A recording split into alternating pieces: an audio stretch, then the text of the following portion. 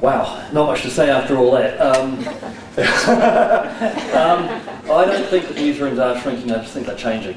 When I started at TVNZ in 1923, there was 2 or 3 programs going. Now we've got breakfast, we've got midday, we've got 4:30, we've got TVNZ 7, we've got online, we've got Te Kara Day. There are a multitude of different platforms and programs by which you can get product onto TV. It means it's the turnaround and the gestation, for want of a better word, of a story becomes a lot quicker.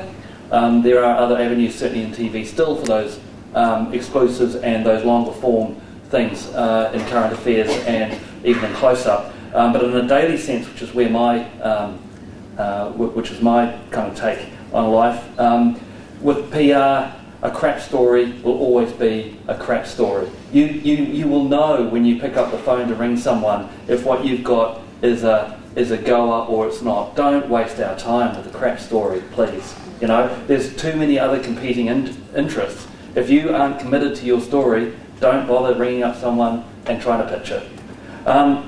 I am a firm believer that the traditional media, pretty much like these guys, the traditional media is still vibrant and strong. I was just looking at the ratings for One News at 6 over the last month, and they're the strongest June figures that we've had for almost 5 years. So people are watching TV, they're not turning off that appointment viewing stuff, and in some ways they're getting bombarded with so much material that some people are saying, well, I've had enough, I want to go where I know that people are going to give me at least what people believe is the best stories of the day. So I think that the traditional media has still got a very, very strong role to play, and I would imagine that that will be the case for a number of years. As far as the content of our stories goes, again, it's a lot like these guys. We live and die by the number of people who are watching our program. So what we're going to go with at the top of our program is what people are going to want to watch.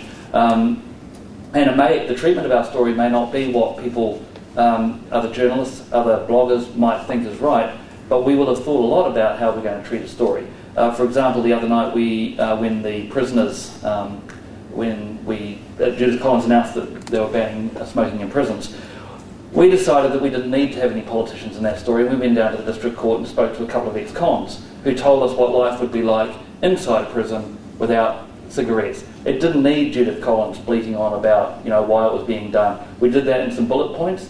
We then got to the real people, and that's what people want to see on their TV, how it's going to affect them and their lives. It's not quite as blatant as, am I going to make more money, but it's how it's going to affect me. It might mean you've got less money. So, our lead story tonight, 2 lead stories tonight are all about how much you're going to get stung by the ETS with your power and all that sort of thing. And then there's a second story which is about Mercury Energy ratcheting up. Anyone from Mercury Energy? And the Commerce Commission is today saying that we can't be price gouging or lifting prices just for the sheer sake of it. But the Commerce Commission's not actually in that story. It's about real people and getting real people in there. So your message may be filtered through a different way into our stories.